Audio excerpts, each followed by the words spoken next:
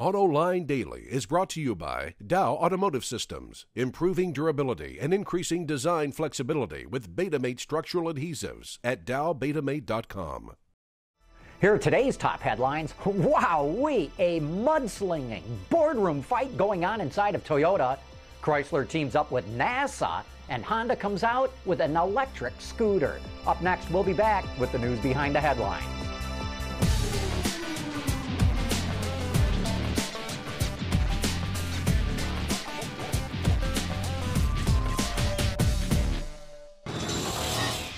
This is Autoline Daily for Wednesday, April 14th, 2010, and now the news. Big boardroom fight going on inside Toyota, and this one's a doozy. The Wall Street Journal says Chairman Akio Toyoda wants to force Vice Chairman Katsuaki Watanabe to step down. Or, as is the case in the Japanese auto industry, they want him to go to work at one of Toyota's CHERY suppliers. He blames Watanabe and another exec, Hiroshi Okuda, for expanding too fast and letting quality slip. But the Journal says other execs think Akio Toyoda is just a spoiled rich kid who let a recall mushroom into a full-blown public relations crisis. Here's my Autoline insight. This is going to hurt Toyota and hurt it bad. Management infighting can cripple a company, and it looks like this one could go on for quite a while. It is astonishing to watch a company like Toyota crumple in front of our eyes. But you know, time heals everything.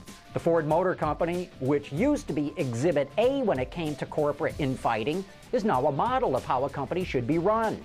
Bloomberg reports that Ford's warranty costs have fallen 40% in 3 years. The residuals of its cars are up, sales incentives are down, and when you put it all together, the consensus on Wall Street is that Ford will post a net profit of almost $1 billion for the first quarter. A year ago, it lost $1.4 billion. Geely will show a revised version of its GE limousine at this month's Beijing Auto Show, Autocar reports. You might remember the one from last year, which was a complete ripoff of the Rolls-Royce Phantom. In response to threats from Rolls-Royce, Geely stuck a new front end on the car, and if you ask me, it looks like an angry whale about to gobble up plankton. In other China news, CHERY announced it will launch its first car in Brazil in 2013. According to Gasgoo, the company will introduce a model called the S18, which will be made and sold exclusively in Brazil. In addition, CHERY plans to build a factory in the country by 2013 and will announce a location there later this year. In a move for more diversity, GM just named Dr. Cynthia Tellis to its board of directors. Talk about making a change. Dr. Tellis, 57 years old, is a psychiatry professor at UCLA with no experience in the auto industry. But she sits on the board of the Kaiser Foundation Health Plan and Hospitals in America's United Bank. Here's my analysis on this one. This is the first real step we've seen Chairman Ed Whittaker take to truly change the culture of General Motors. You meet the nicest people on a Honda. That's what the company's motorcycle advertising used to say back in the late 1950s, and it looks like that's still going to be true, at least for the environment.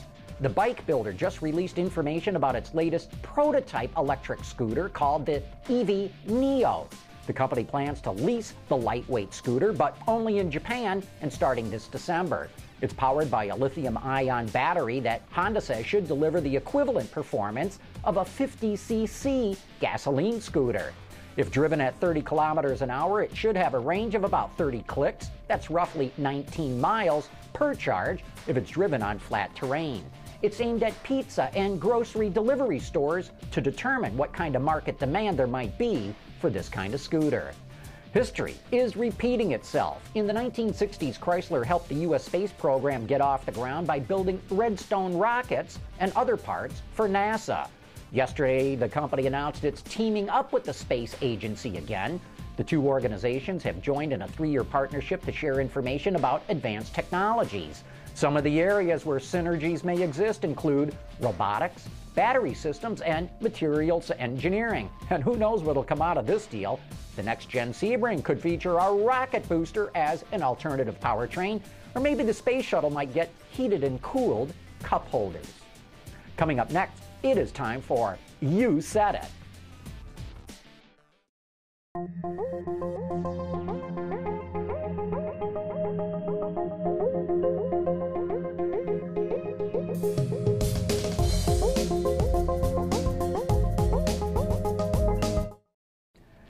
And now it's time for some of your feedback. Jets Corp saw our report that President Obama wanted the presidential limo to be a hybrid but was told it would be too slow. So he wrote in to say, if I were president, I'd have my limo be a Dodge Charger, a 1969 Charger, with a supercharger protruding from the hood, built to the hilt, and running on clean algae-based gasoline.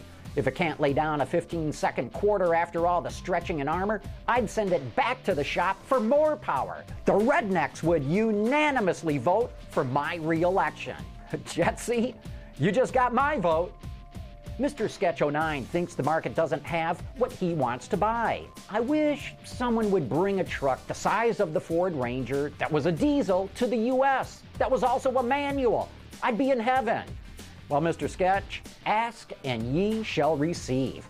Mahindra, the car company from India, is coming out with the exact truck you are looking for. You should call them up and be the first in line to get one. Well, actually, I don't think there's going to be a line. You should have no problem getting one. Swing Low 33 reacted to the Consumer Reports report that the Lexus GX460 oversteered like crazy in a trailing throttle maneuver while cornering hard. Swing Low says, don't all SUVs have a tendency to roll over when you cut the wheel hard at more than 30 miles an hour?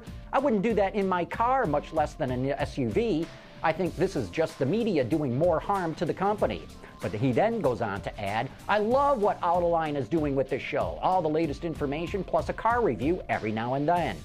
You know, Swing Low, what's weird about this Toyota problem is that Consumer Reports tested the Toyota 4Runner, which is based on the same platform as the Lexus GX, and it did not have this problem. So we're going to have to see if Toyota just screwed up again or if there's some other explanation. And thank you for your feedback on Autoline. In fact, thank all of you for giving us your input. We are reading every single comment that's being sent in, and we're going to be incorporating your suggestions into making Autoline Daily an even better show. And that is it for today's top news in the global automotive industry. Thanks for watching. We'll see you tomorrow.